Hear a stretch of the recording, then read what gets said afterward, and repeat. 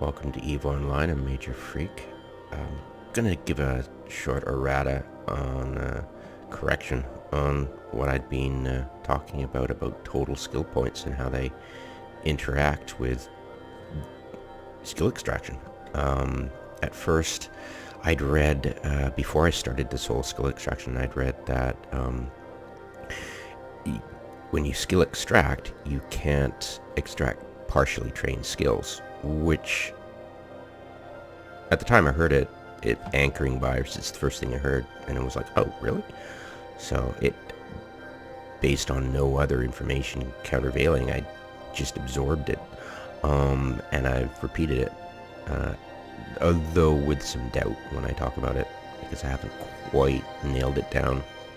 In my last video, I talked about how this total skill points only reflects those fully trained skills, because I was like, wait, it's not counting up in real time, right? And it's not doing what I expect it to be doing when I do certain things when I skill extract. But then I noticed last time that it would change at some points, and I made a wrong assumption on it. What actually happens is when you are interacting with your skill queue, see, that didn't add any points, it just updated because it interacted with it. Watch this,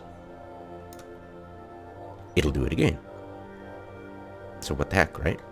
So what it's doing is updating any points you have the instant you interact with it. It's very bizarre, and I haven't noticed this for like ever until now, because once you start paying attention to something really close, you start noticing things. Hello, Eve. Welcome to Eve. Here's a Rubik's Cube. Go F yourself. So what I'm going to be doing is explaining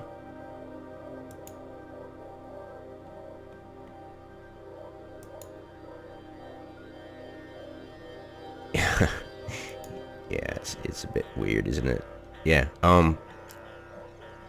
So yeah, I think you can skill extract on partial skills without leveling up. I think it might be a misconception on the part of the person I'd read or listened to the first time. So yeah, I'll try to pay more attention to how this interacts, and when I skill extract, how that affects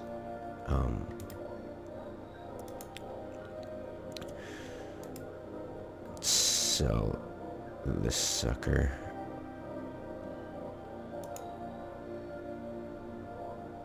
I'm hesitating because I know I'm losing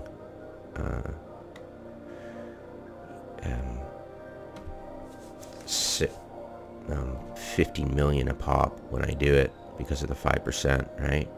So I don't want to do it. I want to let my trader all do that.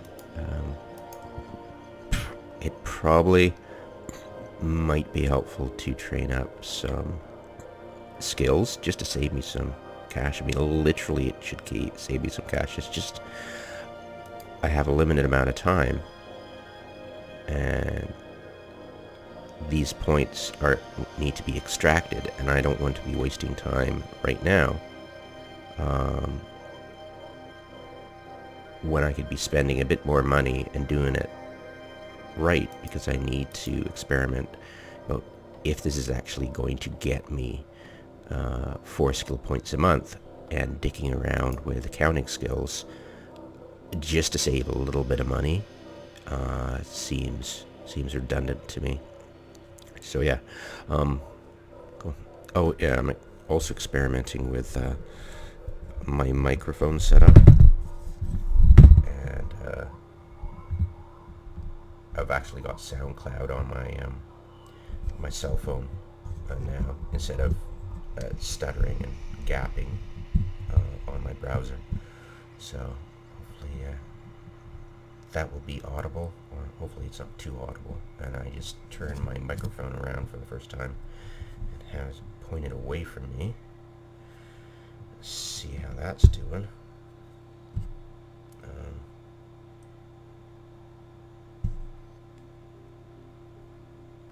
Yeah, and I've got it set to a very narrow.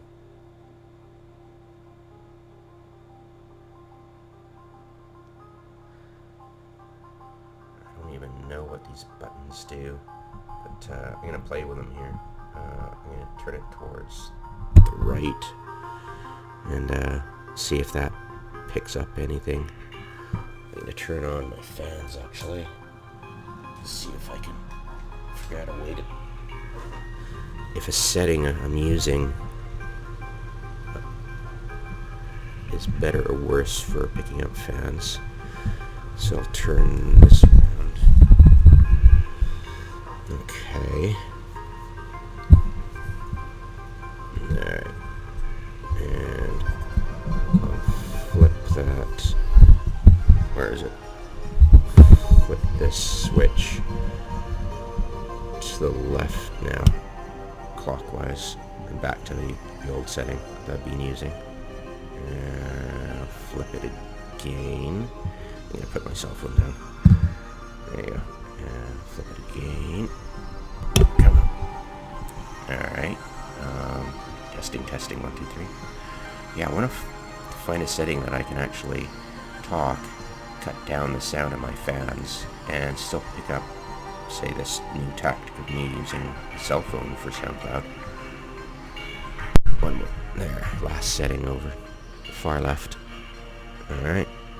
So, hopefully we learn a few things. I'm going to turn this thing around again.